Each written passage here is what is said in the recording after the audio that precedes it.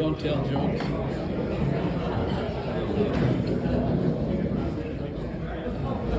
Hello? Can you hear me? No. Hello? Here we go. All right, good afternoon, everyone. Welcome to the Joint Service Club meeting hosted by the Yankton Sertoma Club. We start off our Thursday meetings at the Pizza Ranch saying the Pledge of Allegiance. So if you guys will stand, and then we'll follow it with the prayer sheet we have on the table. I pledge Allegiance to the flag of the United States of America and to the republic for which it stands, one nation, under God, indivisible, with liberty and justice for all. Thank you, Lord, for this food, and ask that you give us the strength to conduct this day of our lives in such a way as to make our city a better, more meaningful place to live. We ask for God that the resurrection of His goods may allow us to contribute to the service of mankind. Play ball. You guys can be seated.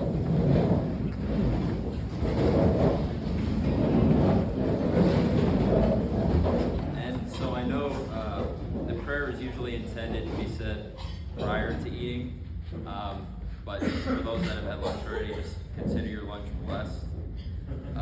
My name's Nate Lean. I'm the current president of the Yankton Sertoma Club. And again, welcome you all here, and thanks for attending. Thanks to Dave Spencer, Mount Marty for hosting us. So I grew up in Yankton and was always involved in community activities and the amenities of Yankton. And so along with that, I also harassed a lot of volunteers and overstayed my welcome at the Yankton pool plenty of times. So it's great to be a part of a service club that dedicates a lot of time and be able to raise money for these groups that provide such great services to Yankton and make Yankton's community such a great place. So for those that aren't familiar with the Sertoma Club, it was founded in 1966 with the mission of making our community a better and more meaningful place to live. We've proudly donated to many local organizations, nonprofits, and teams, which recently have included the Aquatic Center, Yankton Boys and Girls Club, Yankton Youth Soccer Association, Yankton Sertoma Baseball, the Community Library, Yankton Contact Center, and the Yankton Swim Team. We also partner with the Yankton football team and provide pumpkins for kindergarten through third graders throughout Yankton, which is always a treat for us. So three key fundraising events that we do are the Stag, which is a men's night out, the Yankton's Best Triathlon, and the Stagette, which is a ladies' night out. And so for that is coming up February 21st. I believe Todd Woods and Kobe Cook to have tickets for that event. Dinner served, we play some music bingo, we have a little casino, deal some blackjack. It's always a hit for the ladies, and a really fun event. So if you're interested in attending, we have tickets. If you don't want to attend but feel like you'd like to donate some money to the club, you can do that as well. So tonight also we have a social event. So every fifth Thursday of the month we host a social. So tonight we're going to the Copper Room. We're going to have some light snacks. Anyone's welcome to join if you want to come and hang out, have a couple drinks, or just enjoy a few conversations. The Sertoma Club will be up there tonight, starting at 5:30. Come and go as you please. Pretty casual event. And so the topic of today's meeting is City of Yankton Management and Yankton Thrive Economic Development. And so we've invited Amy Leon, the Yankton City Manager, and Nancy Wenande with the Yankton Thrive CEO. So with that, I will welcome Amy up.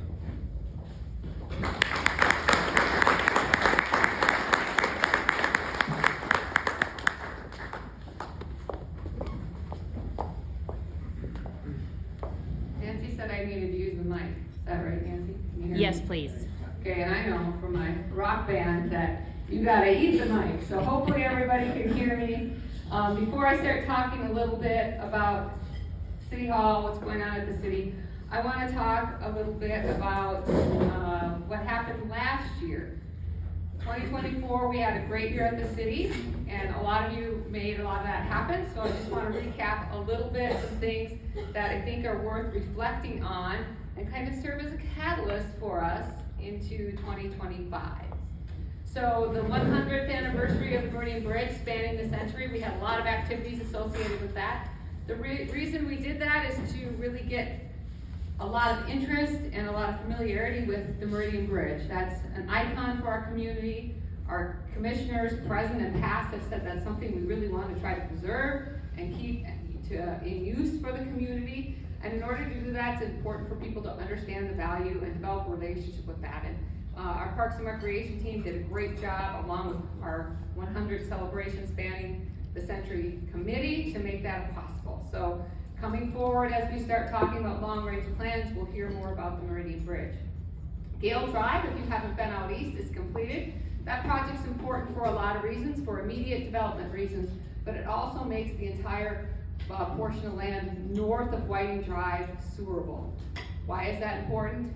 If we're going to grow housing-wise, which we know we need to have places that are readily available and have infrastructure to them. So that is exciting for people like us at the city. 8th Street, Burley to Ferdig. I don't know if you've driven on that road, but as part of our Complete Streets program, where we try to do more with streets than just pave them, we try to provide pedestrian access, make them wide enough for bike traffic, make them so all people can access, regardless of their mobility, is complete. We have a sidewalk on the south side. It's a really nice project, and I think really dresses up that area of town and that neighborhood. We're going to talk a little bit more about the police department, but for the first time in at least 13 years since I've been here, we are full staff plus one at the Yankton Police Department. That actually deserves a round of applause. Yeah. So, lots of communities are looking for police, and we only hire the best and the brightest, and that's all we have at the city of Yankton. So we had to hire plus one because we know how fast people need to drive. No, we hire ahead. So another premise that we're really trying to work on in the community is leadership, and we know that leadership changes. And what do really good leaders do? We leave our departments and leave the community better than we found it. And so that's what Chief Foote and I are working on, and his captains, to make sure we have good leadership coming forward. So full staff at YPD. Some of you may know Al Barrick. We let him retire, and we have a finance officer new in 2024, Lisa Yardley. She comes from Nebraska, but nobody's perfect. She's here with us today. She's really bright, and she's wearing us out a lot at the city. She's bright and bringing that department forward with the new financial software and bringing a lot of technology forward. She just taught me yesterday how to use the counterfeit catering kiosk, and I think I got like 4 or 5 different lunches and only took one out of the door. But she's been awesome for us. Last year, with the help of community development and a lot of partnerships through the private sector, we were able to see 154 housing units being constructed. That's huge for Yankton. That's important for everybody, especially for our employers. Pickleball. I know everybody loves pickleball. So we have entered into the realm of having some additional outdoor pickleball courts. We'll finish those up in the spring at Westside Park. We also have an indoor pickleball use at the Summit Activity Center, and I hear pickleball in my dreams at night because you can still play at City Hall all day long. And so we're bringing that forward as something people really enjoy and something people want. There's a new pickleball league coming, so it's kind of a big deal. That's a joke, but I didn't think you'd laugh. You did. Summer reading, summer programming at the library. If you don't use the library or haven't been to the library lately, go. It's not just about checking out books. Their mission is more beyond books, more than just books. It's a lot. So make sure you check that out. I'm going to talk a little bit about the library going forward too. Also want to talk about the comprehensive plan. That is something that we started in 2024. We're wrapping up in 2025. We had a lot of community groups help us. That's going to put us on a trajectory for 20 years in terms of land use, where streets are going, how we're going to look as a community in the next 20 years. So if you haven't been a part of that, there's still opportunities to comment and to talk with us about things you'd like to see. And miracle beyond miracle, the pond out here actually has water in it. Who knew? Who knew? The ducks and geese seem relatively happy. And I can't take credit for this, but the mall parking lot, has anybody driven on that? It is not like driving on the moon anymore. We're suddenly entered a place we could drive smoothly. So, yes, so, that's a project that we can't take credit for, but we should take credit for the fact that we actually help facilitate and work with Matt Evans and his folks, along with other developers, to do what they want to do with the properties or with existing properties in town. That is not snow, that's part of our library programming, but that's probably as close as you're gonna get. Everyone keeps asking me, how much money are you saving? Because you haven't plowed snow. Oh, my husband's in the audience, he would tell you I don't save any money. No, we have snow budget, but we've been fortunate not to have to use that. I want to talk a little bit about 2025, and I think I have to advance my own slides. This is our current strategic plan. It looks kind of like a crazy monopoly board. If you take a look at it online and go through the list of projects, you'll say, not bad. We've gotten a lot of those things done, or they're in the works. We continue to work on some of the bigger portions, and we'll talk about those in a minute. But overall, having a plan has really helped us stay focused and helped our elected officials stay focused. It's not that we don't address things when they come up, like COVID or a flood. We have to address those things when they come up, but having that plan helps guide us and helps us point in that direction and keep a strong focal point on where we're going. So it's sort of the map. So when people ask me, why would you plan? And I said, well, it wasn't raining when they built an ark, but they built one. We're building things, we're doing things to plan for what we're gonna need, because we know things are gonna happen and we wanna do certain things in our community. So we're gonna start that process with the City Commission in April, and we'll talk a little bit about the City Commission too, because that is going to change. Library Foundation is part of our strategic plan. If you look at that document, you'll see that one of the things that they've been working on for years, probably decades now, is a new facility. So we've simply outgrown our facility. Our facility is circa 1977. I don't know what you were doing in 1997, some of you weren't here, but 50 years ago it was a state-of-the-art facility. But none of us are doing anything the way they did them 50 years ago, so it's obvious that things need to change, and there's a lot of community support for that. We had over 1,000 respondents to our needs assessment survey this summer, and overwhelmingly people indicated, yes, we need a new library facility. We want something different than it is today. Some people say to me, does anybody really go to the library? And yeah, everybody goes to the library. Many people go to the library. Many people use the library digitally as well, but if you take a look at some of these statistics, I think you'll be surprised to see just how much interaction our community has with the library and how much engagement. So one of the things about the library is it's a 24/7 really facility, because you can use Libby and the online materials outside of operation hours, and it's also a 12-month-a-year facility. So that provides a great amount of accessibility for people to use that facility. So it's just a little interesting to look at and to learn a little bit more about. You'll hear lots about the library in 2025, I guarantee it. I do want to talk to you a little bit about the governor's budget proposal. So the budget proposal that former Governor Kristi Noem put forward included some cuts to the state library. That's important to us because state library pays for things like interlibrary loan. So if you want a book and we don't have it, you can get it on interlibrary loan. We don't pay for that service locally. They also have a lot of other services that they provide in a consortium of libraries that we belong to. So we're talking with our legislators now about the importance, and talking with newly elected or appointed Governor Roden about the importance of putting that back in the budget. So if you have a chance to reach out to your reps and you use the library, I suggest or encourage you to do the same. One of the most important parts of our capital when we talk about the city of Yankton and things that we do is our human capital. So this is a slide just to remind me to talk about police leadership, but also talk about just leadership at the city in general. So Chief Foot, who's here today with our newly appointed captain, one of our newly appointed captains, Sarah O'Farrell, has really understood the point of legacy and making sure that we have a long legacy of good service. So the people that you see in this picture, some of you may know, are working in leadership to make sure that our family of officers and family of first responders continue to be able to serve the community in the way they have with compassion and empathy for years. Part of Chief Foot's administration that's really important to him and important to me is that the badge that they wear is not a sign of authority, although you do have to do what they say. Hey, do you have any experience in sound and lighting? We need somebody for our rock band. Thank you. Okay. Sorry, I'm a wanderer.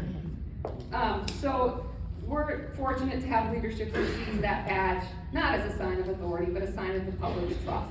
And so we're working more and more every day to develop officers that understand that as well. A lot of our officers come from right here, from Mount Marty. That gives them an edge. Why? Because they're already taught the value of hospitality and the value of how to be a Benedictine, and that plays so nicely into how you treat people when they're having the worst possible day of their life. So I commend them for that. But you know, really all of our city leadership is like that. I fortunately get to be amongst a group of people who continually make all of us look great, and we have a great team. On that quick fact sheet there that I gave you, we have 147 full-time employees and about 100 seasonal employees. We do have one full-time opening right now that's brand new, but other than that, we are full, and we're trying to create a place where people want to live, want to work, because they live here and because they care about our community. So I'm sure many of you know our city employees, and they're a great bunch of people. Coming up in 2025, we're watching a lot of legislative bills. If you have any interest in talking to me about which bills are important to our community, I would love to have that conversation, but I know that my time is probably running out, so I'm not going to mention them specifically. But there's about 4 or 5 bills right now today that I would like as many people as possible to contact our state legislators on. Also want to talk a little bit about our wastewater facility. I know that's not very good lunchtime fare, but want to let you know that Kyle Goodmanson and his folks have done a phenomenal job to think not just about today, not just about tomorrow, but 20, 30, 40 years ahead when it comes to water and sewer. So a few commissions ago, the new water plant was built, and right on the tail end of that, we started talking about wastewater. So we're undergoing the biggest infrastructure project we ever had for our wastewater treatment facility, which will procure our future there. Once we have that piece in place, we really have a good solid footing for growth and development. I know when you get your water bill, you probably curse our names, or at least my name. And projects cost money, we know that. By putting them in and together now, however, we're going to set ourselves up for the future, and that's really the basics, the foundations of what we need to grow. So we've also recently become members of Dakota Main Stem. So Dakota Main Stem is going to be what your kids or grandkids are thinking about when it comes to water in the state, and I can talk to you at length about that as well, but I won't today because we have some fish to fry. This summer, Walnut Street 8th to 15th, think about where that is, total rebuild there. Another one that's disruptive for all of us, especially for me, will be Douglas 19th to 21st. That's on my route, rebuilt there. So just giving you that heads up. Cedar Street Bridge, we're working on replacement. We know that the infrastructure to get you safely where you need to go is as important as your safety when you get there. So that's part of what we're working on as well. And the 23rd Street Bridge there over by the mall, we're looking at, monitoring, seeing what the best engineering solution is there, probably a 2026 project. We have a couple people in the room today who were on the city commission when I was hired. So you can thank them or blame them, depending upon what you think of me. But we do have a city commission opportunity, I'm going to call it, coming up in April. So we have 3 commissioners that are going off the commission, Mayor Mason Schramm, Jerry Weber, and Amy Miner. And so the time has come, beginning tomorrow, if you're interested in running for city commission, you can pick up your petition either in the finance office or state Secretary of State website. and circulate your petition. There's rules and regulations that go along with that, and we can fill you in on all those things. There are 3-year terms, and every year, then 3 are up for commission. So we're looking for 3 people. Qualifications: you have to live in Yankton, obviously. You have to love Yankton. And you have to want to make Yankton a better place. So anybody that's in Sertoma, or if you're a Rotarian or a recovering Rotarian like me, you fit the bill, because you already know that it isn't about you. It's not about your experience. It's about how you can make the experience better for everyone else. And so I'd really encourage you to, if you have any interest whatsoever, you can certainly get as involved or as you'd like, and there's ways to become more involved. But we also understand that people's lives are busy, and so with 9 elected officials, we have the ability to have different people involved in different things in different committees. So if you're interested in that, I can talk to you about how that process works. Can't tell you whether or not you should run, can't sign a petition for you, but I'm happy to talk to you through that process, or talk to someone that's on the commission, who's been on the commission. Nancy's been on the commission, Jake's on the commission, I think has been on the commission. It's a rewarding experience, I think. I think it's really educational. We learn a lot about the city. And you learn that one thing that really ticked you off about the city is the tip of the iceberg when it comes to all the important things we do. And so it's important that people understand that when they run for any office, I think. So that was the real quick lowdown of what's happening at the city of Yankton. Appreciate your attention. Nancy and I are going to take questions at the end, because I told her that if we're together taking questions, I can play dead if somebody asks them I don't like. So I'll introduce I'm actually on the executive committee for Yankton Thrive. We have a very capable and competent leader, and she's also a friend. So welcome, Nancy Wenande.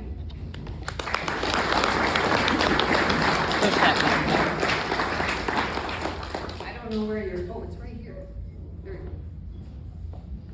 Thank you. It was nice of someone to get that PowerPoint loaded up there. Traditionally, I don't speak with a lot of notes, but I have a couple different presentations today, so I have a lot more in print than I traditionally do, so it's a little awkward here at the moment. But thank you for having me here today. It's always great for me or anyone on our staff to get in front of the public to help them better understand who is Thrive and what do we do. Because there's a lot of people who want us to do everything, and there is not time nor money for us to take on a lot of those challenges. So I'll start with our mission statement, which is on the top of this slide, to provide leadership in fostering efficient growth of the Yankton area economy. So that statement means different things to a lot of people. But really what we want to do is grow the economic opportunities, and a lot of that focuses on the economic development pillar with primary jobs that we retain or bring to Yankton. So Yankton Thrive was created in July of 2021. During COVID, the Board of Yankton Area Chamber of Commerce and the Board of Yankton Area Progressive Growth were not sure how our businesses were going to recover coming out of COVID. So they were trying to be forward thinking of how do we create organizations and maintain organizations in a responsible manner to provide the best service to the community, because that is ultimately who we report to as the community. That is why we exist. So those boards of directors decided that a merger for our organizations made the most sense, since we already coexisted within the same building. So Yankton Thrive was created, and it has 4 pillars that we focus on. You can see Brittany Wagner there. She is our tourism director, and I handle the CEO job as well as the economic development pillar. We have Rita Nelson, who does workforce, and Lauren Rezak does our business services. So each of us work together, but yet independently, to meet goals and expectations that we have within each of those pillars. So I was asked today to focus specifically on the economic development pillar. So I'm not going to talk tourism or some of the other pillars that we have, but at any point we're happy to do so. Our staff loves to get out and talk about what they do. So as we talk about economic development, how are those activities funded?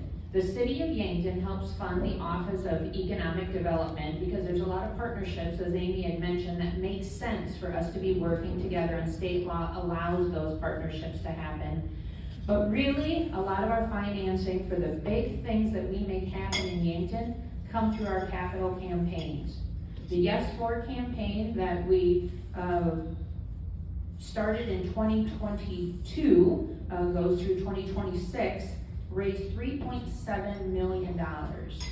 You can see on the slide there, $2.8 million was cash, and there was $900,000 of in-kind that we received. A lot of that from our friends at Midco and our other local media partners. But if we want the big things to happen in Yankton, we have to be able to finance them.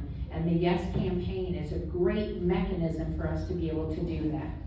So housing development was one of the key areas for us to focus on. There was also talent attraction and retention along with development. So that is the workforce development pillar is funded exclusively through Yes For campaign dollars.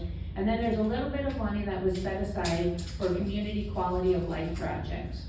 You might remember our Yes 3 capital campaign. That was focused heavily on workforce and quality of life projects in Yankton. Mount Marty Fieldhouse, the Aquatic Center, Boys and Girls Club. We had focused during that campaign based upon what we heard from our investors on quality of life. And then this campaign, they said, we've got to get back into housing, which was evident to the community. We needed to get back into housing. Yankton Area Progressive Growth had been very successful with the development of Westbrook Estates, and it was time for us to take on that next challenge. But we don't do it alone. We are not the only ones doing housing in Yankton. Our housing study for the community is on our website, and you can go take a look at that to see what the needs that were outlined in that plan and how the community was going to tackle and take those on.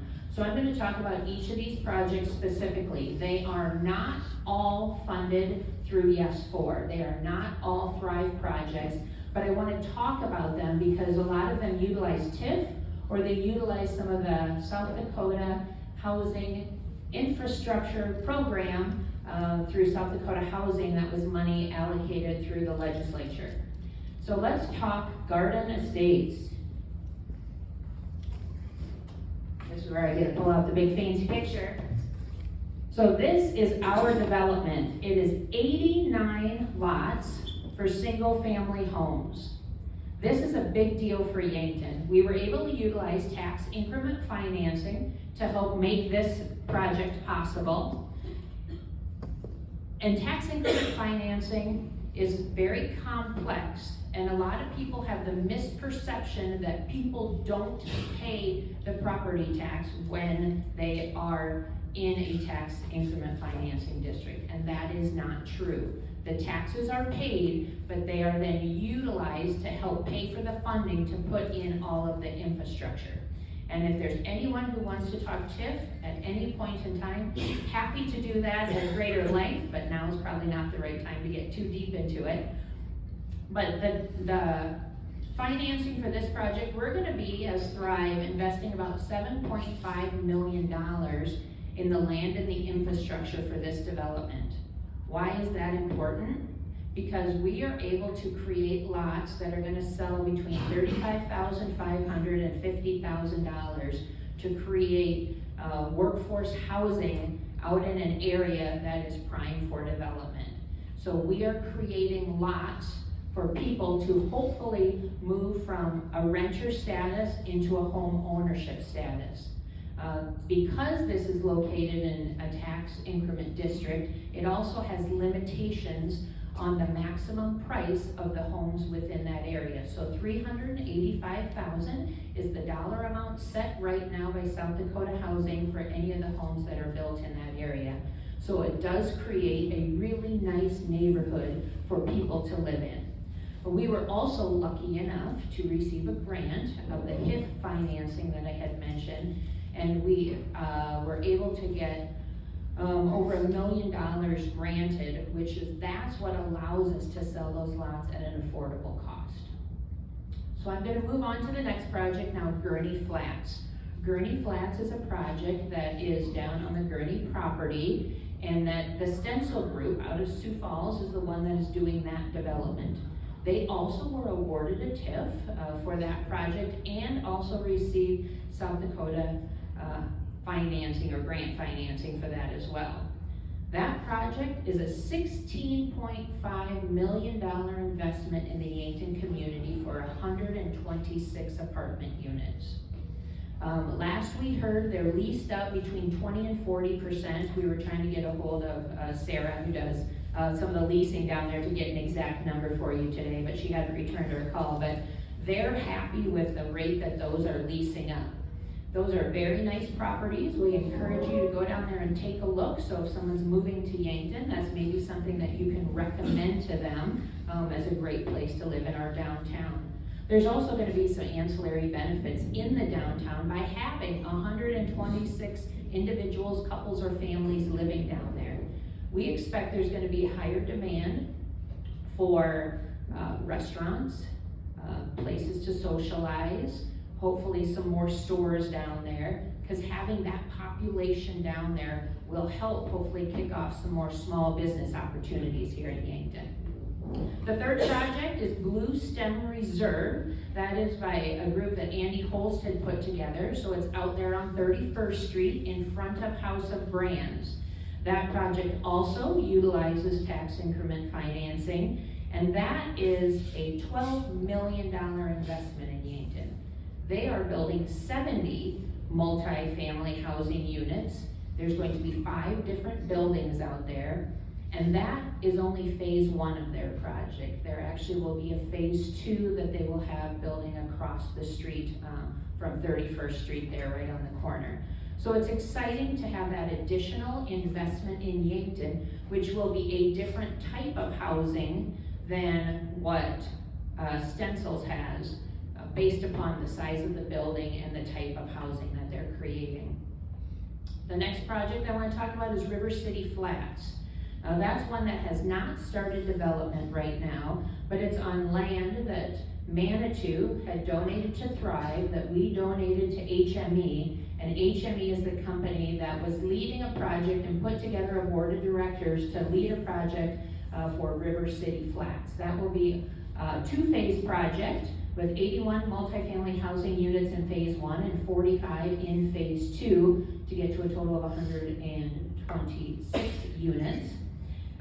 And we are excited to help the community raise the funding for this project. So with Blue Stem Reserve, they did an equity raise in the community, and for River City Flats, there will also be an equity raise. So you'll be seeing things coming out here soon for meetings later in February, where you might have the opportunity to help build this type of workforce housing here in Yankton. The great thing about this project is we have negotiated with the group that the single or the 1-bedroom units are going to be $850 for rent. It's virtually impossible, and without us helping buy down those costs, it's not possible to build housing at that cost. So what we're trying to do is, by having this complex built out on Whiting Drive, it is very close to a lot of our manufacturers, and a lot of the people who might have transportation challenges might be able to walk to work by living out in a development like this on Whiting Drive. So it's really exciting to have this project come together. And the other cool thing is the minimum buy-in for this equity raise is only $15,000. And I use the word only very lightly because most of them are $50,000 or more. So people who want to make a difference in Yankton and want to help impact the availability of affordable rental units, this is an opportunity for you to be a part of making that big thing happen here in Yankton. And then the last project that I have on there is called The Links. You may or may not have heard of that project. It is just south of the Fox Stop. Dan Johannesson is doing a development out on a large parcel out there. He's planning to have an $8.9 million investment out there. He also used tax increment financing on that. And he is planning to have 19 zero-entry townhomes, and in phase 2, he is looking at 60 apartment buildings. So with all of these units just on these projects together, that's 385 units that will be coming on the market in the next couple of years, either rentals or for home ownership, to provide opportunities here in Yankton. The community asked for housing, and us, along with many other people in the community, are creating it. You know, you have K Construction and Drotzman and Kirby Hofer and Jason Tram all doing developments as well.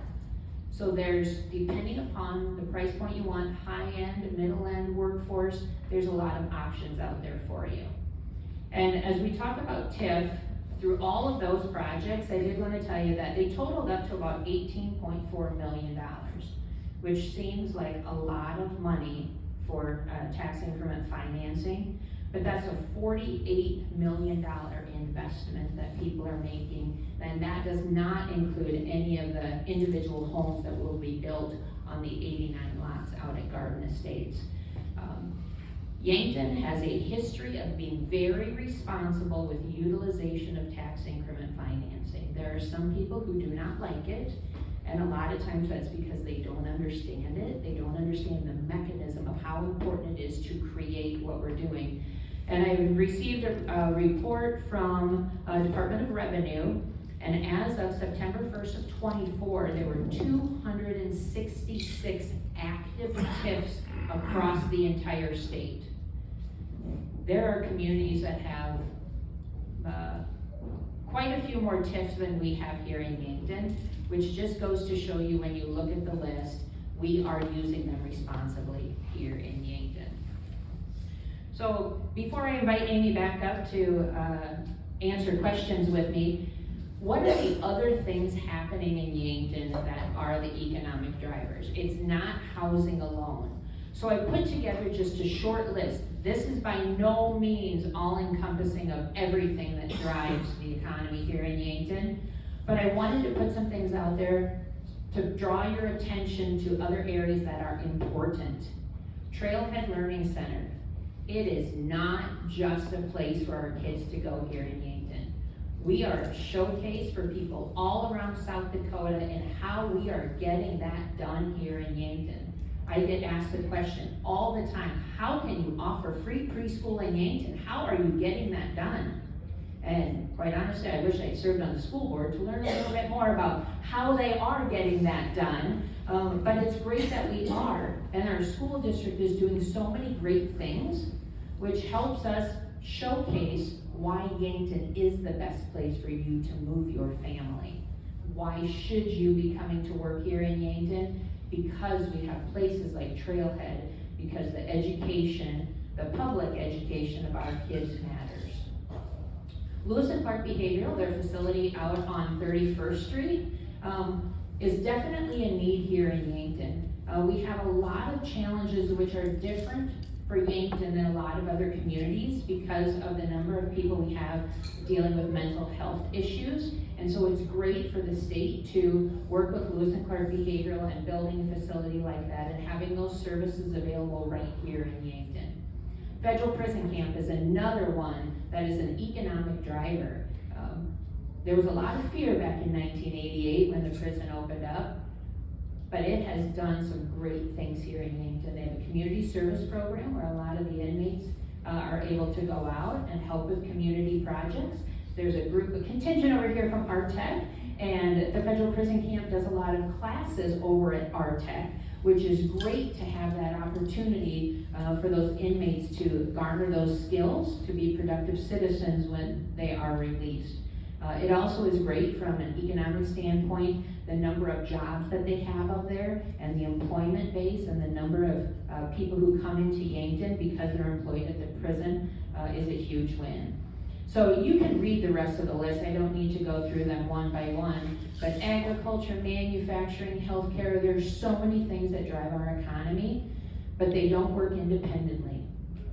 It's all like a spider web of all of these working together to create the successes that we're seeing. And that's why it's important that Thrive has a little part of a lot of things that are happening in the community, so we can be a part of how those interchanges work, keep the collaboration and the open communication happening. And we want to thank everyone for all the work that they do independently through the service clubs and in their personal lives to continue to bring Yankton forward. So with that, we will go ahead and take any questions that you might have. Yes? Mike, on the web at our Rotary Club has a SWOT program: strengths, weaknesses, opportunities, and threats. And I think you covered the first three. What threat do you see coming on the horizon that could possibly be of concern that we should address? One that I'm thinking, I know we're talking about the water, but Vermilion is relatively close, and that being a competition, is that a threat? Or what other threats do you see on the horizon regarding AI, or the things that are going on with all the things that are going on in the government now? Well, I'm going to respectfully disagree that Vermilion is a threat to us. We look at Vermilion as a huge asset because they have a lot of things that we don't have. And I talk with Jim Peterson, my counterpart over there, quite regularly. And it's a benefit. He's like, we send people over to Yankton all the time to find housing. And I'm like, stop, because we're sending to you to find housing. And then we talk about retail. He's like, Yankton's retail is so much better. I'm like, yeah, but you guys got some great restaurants. So there's a lot of collaboration that happens. And also in being at Mount Marty and from an academic standpoint, we also collaborate a lot and talk about Mount Marty and USD, one public, one private, but where are the commonalities and how can they continue to build off of each other from the student base and the opportunities provided. So I don't view them as a threat, but what I do see as a threat is our continued need to grow our workforce. And how do we do that? We continue to create a welcoming community. There is a place for everyone here in Yankton. We have a wide variety of jobs available in Yankton, from professional to part-time tourism jobs. It's all over the place. Public service, I know you guys are looking for employees here and there. But I think that's the one thing that our manufacturers and our agriculture community, they need to continue to have a workforce to continue to grow, and a lot of those companies and industries are well positioned to grow if we can continue to find them the workforce. But Amy? I get to answer too. Thanks. I think our biggest threat is probably a threat that everybody in the country is experiencing, and that's civility. It's really hard, I think, to see how in some ways social media has improved our world, and in some ways it's made it so much worse. We have, I think, been blessed to live where we do and not feel as impacted as some parts of the country, for sure, but I think we've lost some of that. I think some of that comes from actually not being involved in civic organizations. Just even since I've become a professional, I've seen the decline in service groups and the decline in people interacting with one another in that manner. You're accountable when you have to sit down and have lunch with somebody every week. You're accountable to them. And it's hard. I get it. We're all busy, tired, hungry, usually me. It's hard to be your best. But I mean, we're in a community, and so I think sometimes civility, we're challenged by civility, and sometimes put upon by things that are happening maybe at the federal government level or maybe in the state government level, and we're all lumped into one. So I think civility and accountability for ourselves and for each other is a threat. So that's something I know I'm trying to personally work on in my life, and making sure that I'm setting a good example as a leader in the community. Yes, sir. Will the changing immigration policies impact workforce in Yankton? Well, there's a potential for that. A lot of the, I shouldn't say a lot, all of the people who are employed with our manufacturers have work permits and are able to work. So we have not been a community that is, to our knowledge, harboring illegals. So while the immigration policy remains a bit unclear at this point of where it's actually going to land, if a notice came down to deport all Cubans, even if you had a work permit, that would have a significant impact on Yankton. And so we hope that whatever policy is put into place allows those who are here legally currently working, even if they're in the process of attaining citizenship, that they can continue in that process. Yes? 19th Street to 21st Street, how's the people gonna get into that parking lot? Because that parking lot is full all summer long. I know. You're right. That's a question I don't have an answer to, and we've been talking about that already with Brad Mosier and Adam Haberman, who are our city engineers. It's gonna create a problem with the aquatic center traffic, and Memorial Park is our most used park with the most traffic, pedestrian or vehicular, and so we're gonna have to come up with a temporary access, and we're fighting over that right now. So when we know that, we'll let them know. We'll let the community know. We also, whenever we do a street project, we have a neighborhood meeting, so Dave Mingle will actually have to come to work, because we'll be able to get him. He lives right in front of that project. We'll be able to get him back and forth to work, so we'll let the community know, but that is gonna be an issue. There's talk of extending 15th Street, is that true?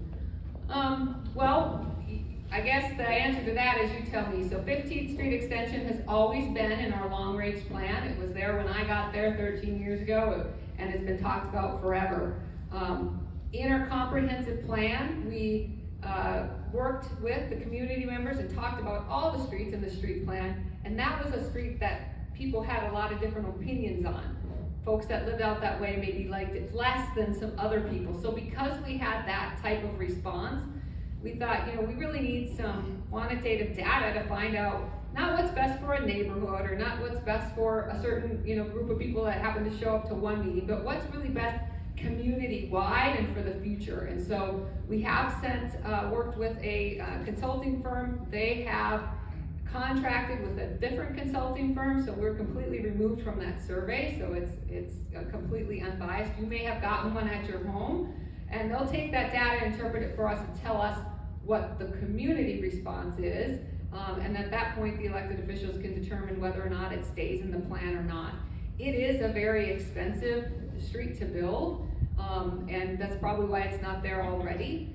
So it'll be up to what the community feels is best and how we're impacted. But when we have things that are community-wide issues as well as neighborhood issues, we want to get as much information as we can. So we're asking the community that question right now. And I don't know for sure that it will stay in the plan, but for now it's in the plan. But we don't have money allocated to it. It's not in our capital budget.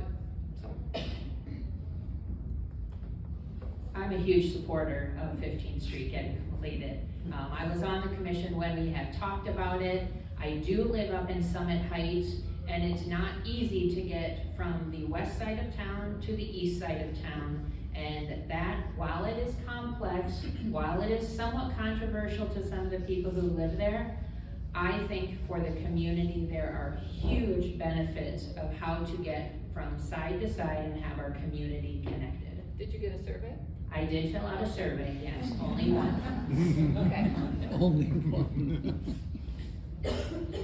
Other questions?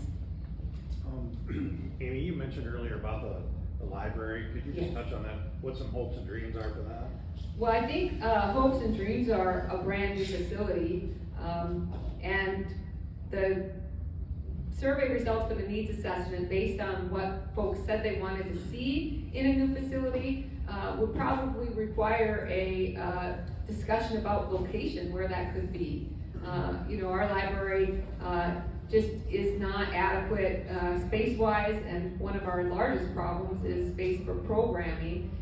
So right now the foundation is working on developing a recommendation relating to where a future facility could go. The Library Foundation, when they have that recommendation, will take it to the library board. In South Dakota, libraries and liquor are the two weird things, which is amazing because they're two of the things I enjoy the most. But the libraries are set up differently. So the city, it funds the library, but it's got its own governing board. So they'll take that recommendation to their library board of directors. The library board of directors would then come to the city commission, and the request will be, can we do a feasibility study on said location for what exactly this might look like, how much exactly this might cost, and where this might be. And so I think that'll be coming forward to the public and to the city commission then this spring, probably about the same time as the election, to determine what the future of that is. And so I'm hoping that the community supports that project much in the same way they did the Huther Family Aquatic Center. But that's yet to be told. Different economy, different time now than we were just 5 years ago. Yes and yes. Are library cards free for all students enrolled in Yankton School District? Where's Dana? I believe they are, I know that we charge for county, Lisa's saying yes, our finance officer's saying yes, yes. The ammunition building out there that sort of has come to a standstill, what's the status, what's happening with that? Are you talking about Paradigm? 31st and. Okay, yeah, Paradigm is a sporting arms manufacturer. They're using a new technology, one that's beyond my capability of understanding, because I don't understand firearms or that special technology. That was a project that was put together based on the type of investment, and the city worked with them on some tax increment financing as well as other incentives, if you will. And they waived their discretionary formula in order to be able to locate there. I happen to know because our staff visited with Dr. Kenfield, who's the owner there, that things are still moving ahead. But we don't pry into the business of private individuals. I know there's rumors out there about, is he bankrupt? Is he gonna build it? Is he gonna do that? Is he gonna do this? And from what we know, everything is on track. But once they fulfill their commitments and obligations, just like the Yankton Event Center, or just like other people who've used tax incentives that work with the city, once they fulfill their commitment in their contract, we let them run their business and move forward at the speed they want to. But he has shared with us that he would wish that things were moving along more quickly than they were, but I've never experienced building a business myself and running a small business, but I'm guessing there's a lot of things that are obstacles on the way to going there. But as far as we know, it's all on track.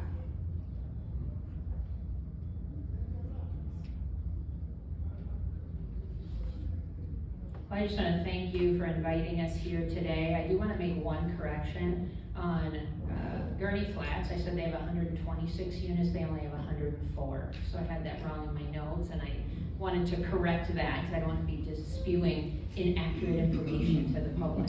So Amy and I are both available if other people have more comments or questions that they would like to share with us, but thank you very much. Oh, go ahead.